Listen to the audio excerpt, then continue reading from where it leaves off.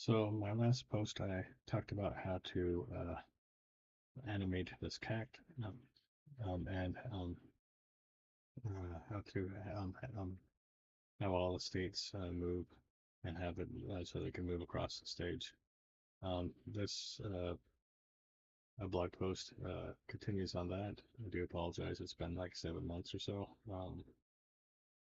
Life got busy and I was not able to get back to this. So now that I'm back, I'm going to finish up this blog post. So first thing what we want to do is make sure you have your data model ID of your cat from your last blog, which is right here. Copy that and paste it in the code, and we'd also copy the world right here. This is from the same place where there's a lot of good comic art or free stuff, and it was about right about here to here, and I expanded it to be about 3,000 pixels wide here.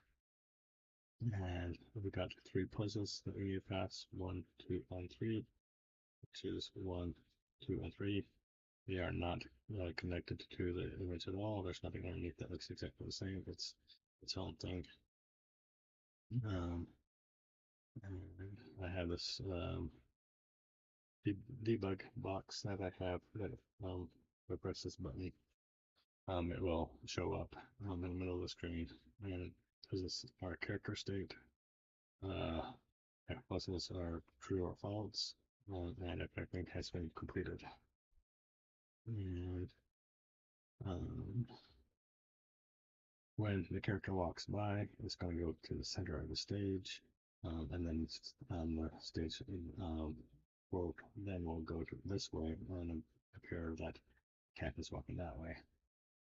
And when you get to one of the hotspots, the character, you can press it up and perform a puzzle, which we have in these three right here. I'm not going to go over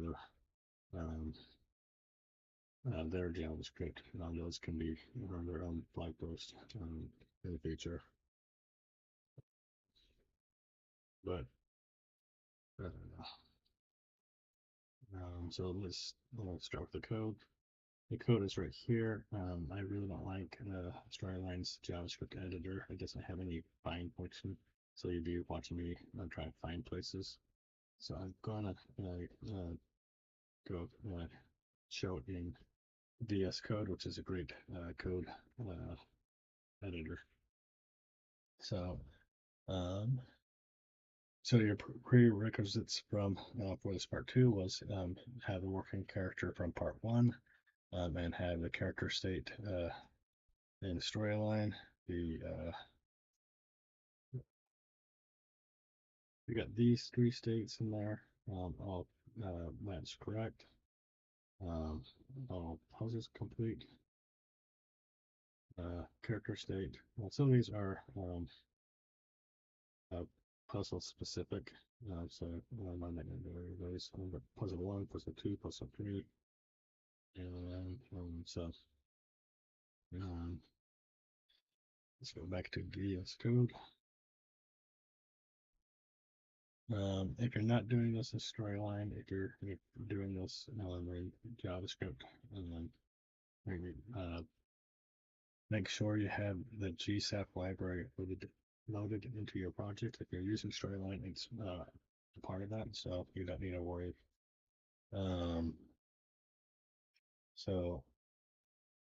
The scrolling system uses a clever technique. When the character reaches a scroll zone near the edge of the visible area inside the moving character further, we move the entire world in the opposite direction, which I already talked about that. This creates a classic side-scrolling effect you see in video games. So the 4 concepts we're going to talk about is the world container, wide image or a group containing your entire explorable environment, scroll zones, invisible boundaries near the edge, screen edge where scrolling activates, and edge detection prevents the character from walking past the world boundaries. The system dynamic switching, the system intelligently decides whether to move the character or scroll the world. Let's see. So the first thing we're going to look at is everything's near the top, so you don't have to try to find everything. You could stop the tutorial right here if you wanted, and just like this stuff. But I'll talk about everything in here. So move speed base 2, acceleration step by 5. You play with these, and you can get close. Sometimes there's an issue when you're going to the edge. So you can kind of have to have a threshold of some kind. Your character, your world. Just to reiterate, we go that you right click on the character and you can get the data model ID over there, or the world, same thing, copy over there. And same thing with the 3 puzzles. You're going to right click on that puzzle, copy it, puzzle, copy it, puzzle, copy it.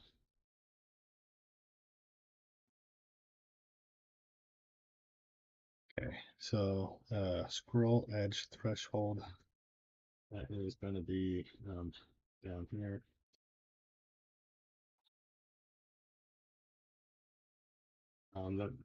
It's right up here. This is where you change it, but it's down here where you can calculate the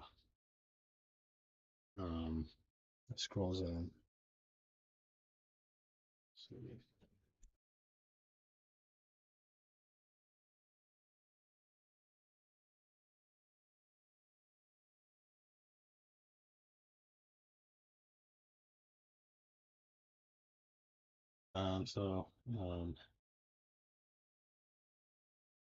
Offset from center, so the character minus the center X. And the center X is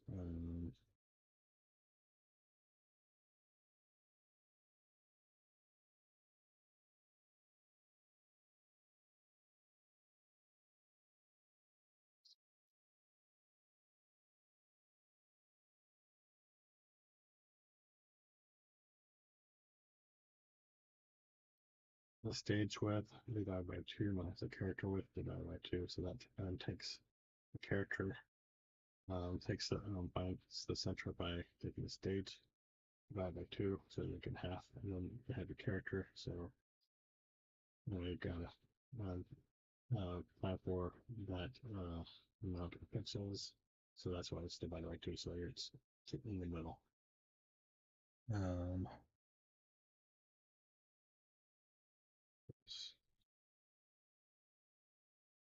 Scroll zone. This is looking for the left and right side, and you got some threshold, and so you get you have to get past one place or another, it'll start scrolling.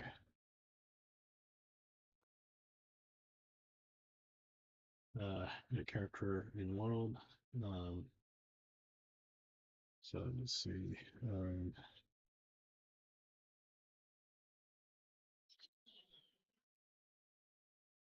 This script prevents the character from walking off the world by tracking their position relative to the world boundaries.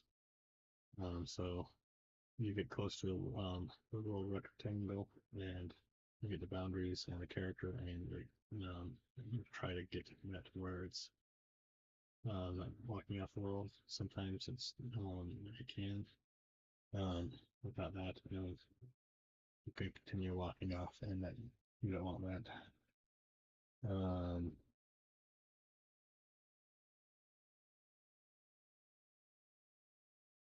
So on this portion, each frame, the script decides whether to move the character or to scroll the world. So left, that's right, and it gets it to where it's going between the center and once you get to the edge, getting your character to continue to um, walk. So when you get like if you're right here, this is an easy way to see it. Meet your character right here.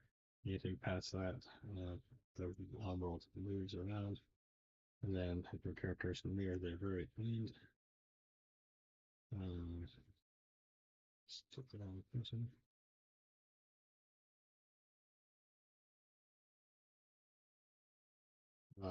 Right about here-ish, it switches back and you continue walking to about right here, depending upon your threshold.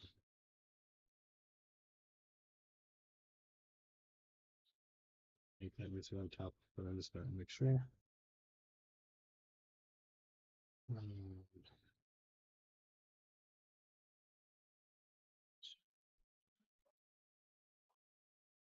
So the hotspots, they are when you get up to one of these places, the threshold detection tries to see if you're close enough to do your action. And if you are, then it allows you to push your to open go to one of these layers. So I made these three when you're looking at characters because that's what they were. And then you right click Geo6. It was easier for me to name them. I did them all ID, so they get confused.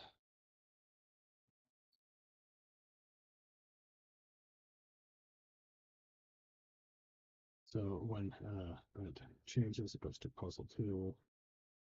If it's true, and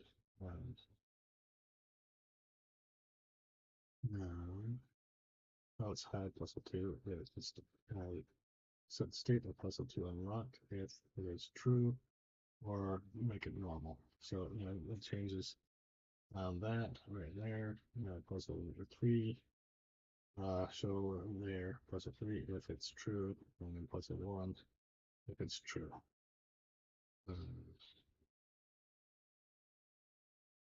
And puzzle 1, when puzzle 1 changes, set all puzzles complete to true if puzzle 2 and 3 are true. Same thing with these 2. Make sure that if all 3 are true, then all puzzles are complete and true. Character states, left, right,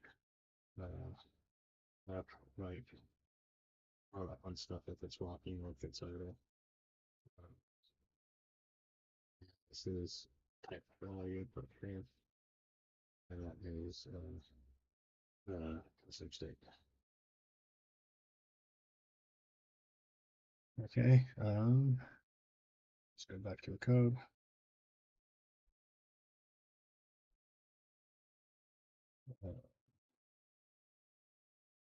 So the hotspot configuration, let's go way back up here.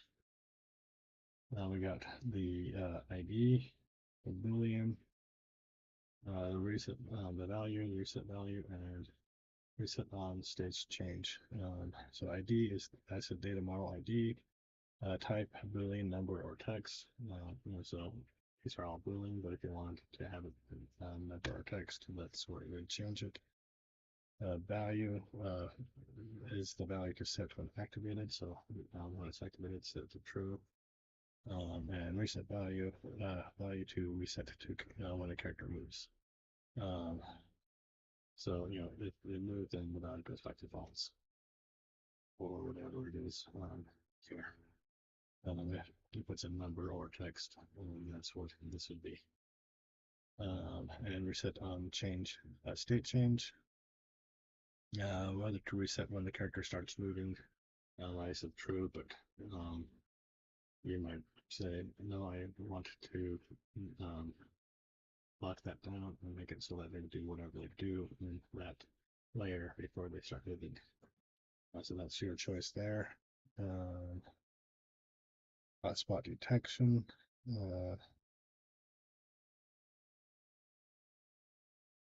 This is, let's see. The script uses distance calculation to find nearby hotspots when the player presses the up button, up arrow, and checks to see if the hotspot is within a range. So like 300. Right here. I don't think I have that all up. So you'll have to there. You want to change it.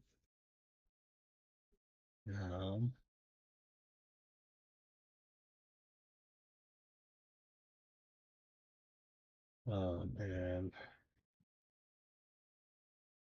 this is where it says arrow up. If you want it to be something else, you change it here.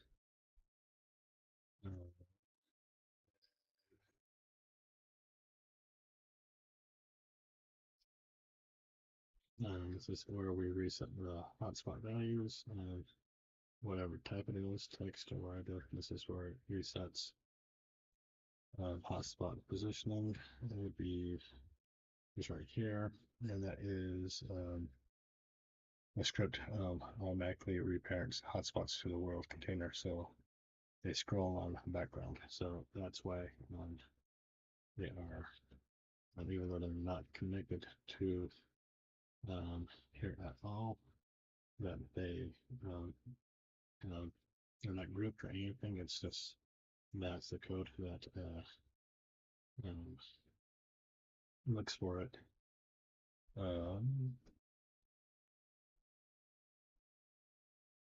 So that's the complete JavaScript code. It is about 439. You think that'd be so much bigger, but it's actually not fairly lightweight for what it does. So just to go back to the top and kind of bring it back together. Move speed is the starting movement in pixels and frames, and then acceleration step increase speed increase per frame while moving. So this is it starts at 2 pixels and then it goes faster, and then it goes to 15 pixels.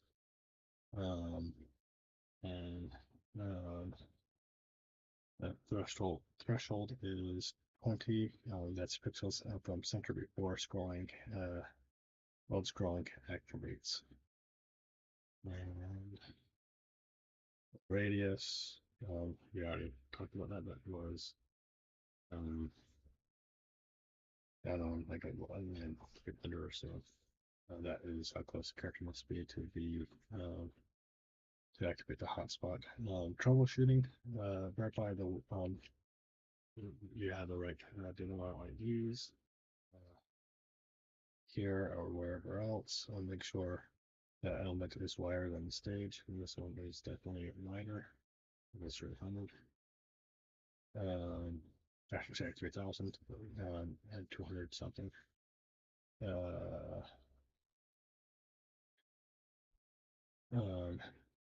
Just make sure you don't touch most of the other stuff unless you want to go exploring. If you're pressing the up button is not where you'd want it to be, it's not sensitive enough. Go to that one place that had 300 and change it to whatever you need it to be.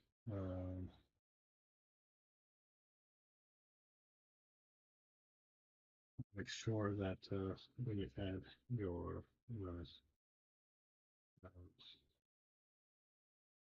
hotspots, this is 1, this is 2, and this is 3. You can have as many as you want, but I got this counter over here for anything you want in after, but not on the last one. This may could trip you up, so just make sure that you are aware of that, and make sure that you change these to be whatever yours is. So that's the tutorial. Again, I do apologize for how long it took for me to create this. But I hope you have a great day. If you like this tutorial, like it on YouTube or LinkedIn. If you love it, subscribe. Thank you, and have a great day.